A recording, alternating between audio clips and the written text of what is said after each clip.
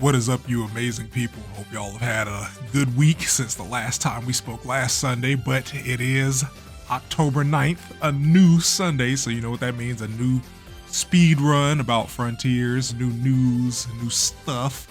Make sure you go ahead and like that video, share it out, comment down below. I do enjoy talking to y'all.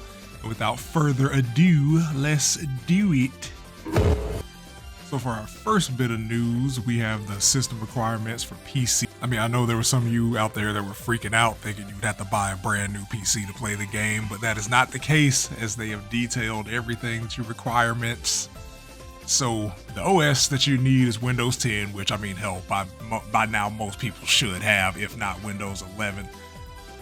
The processor, i5, again, nothing too insane, especially considering we're up to i7s and i9s now.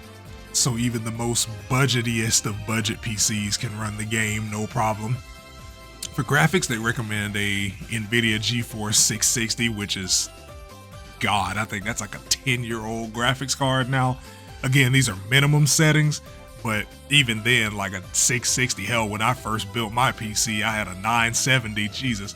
But, you know, again, just you don't have to spend an arm and a leg to play Frontiers. They want this to be as accessible for everybody. DirectX version 11. I mean, why would you run the old versions at all? I don't even think they still update them.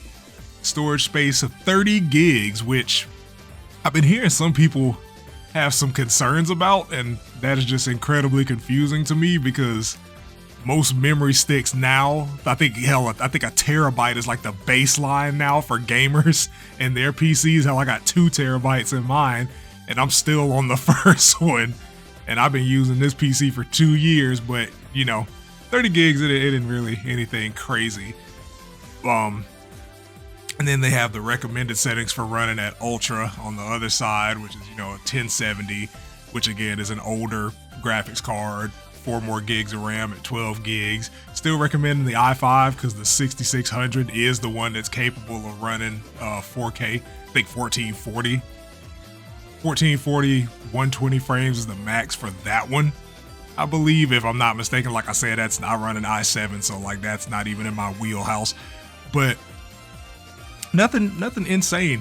Like nothing insane for the settings. Like most people, even if you have a quote-unquote cheap PC or a pre-build or what have you, you will be able to run Frontiers no issues, which is great because they want everybody that is possible to run it to be able to play the game with no issues. Good job, Sega. Moving right along, we have something special for the adventure fans. So what you're gonna do is go to frontiers.sonicthehedgehog.com, scroll all the way down to the bottom until you see the subscribe area, and you can get the soap shoes from Sonic Adventure 2 as a cosmetic, customizable, completely. I'm hype as shit. The soap shoes are like some of, if not my favorite Sonic shoes, dude. I fucking love these. Like, and I hope that it expands into other shoes, because I would really like for the Werehog cleats and the movie shoes, the Pumas, to be in the game. But what you're gonna do is click subscribe, you know, enter your email, your date of birth, select your platform. Make sure to click these 2 buttons. Both of them I've acknowledged and would like to receive updates, because for some reason when I click I would like to acknowledge and tried to subscribe, it wouldn't let me. But if you click the other one, it will let you through. And they don't pester you like with emails or anything, because I honestly haven't received any since I signed up to get the shoes. In the music realm, Tomoyo Otani, the composer, has put out a tweet. He says, "We made an announcement about the Sonic Frontier soundtrack. All 150 tracks will be released for streaming worldwide.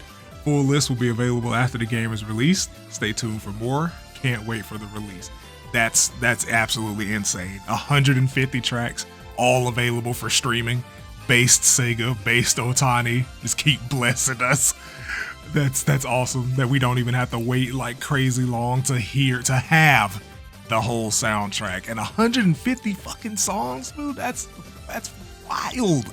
We also get a quick look at that album art, and that shit looks cool. Stillness and Motion is the name of the album for Frontiers. Can't wait. I'm sure it's gonna be an absolute slapper. Sonic music don't miss. really don't matter who's fucking making it either, because like every composer from like the classic era all the way through the adventure era, the postmodern, modern, meta, all of that shit, like there has not been a singular bad Sonic soundtrack. We actually argued about it in the Discord. I'll leave a link at the end of the video for that. Go check that out. But I'm excited. I'm just excited to have the entire soundtrack on stream with no real caveats. Frontiers continues to get more and more positive press. I found this article. I'll leave it up there. You can copy the link, pause to read it if you want. But essentially what they're saying is normally they wouldn't, try to make themselves suffer through the demo.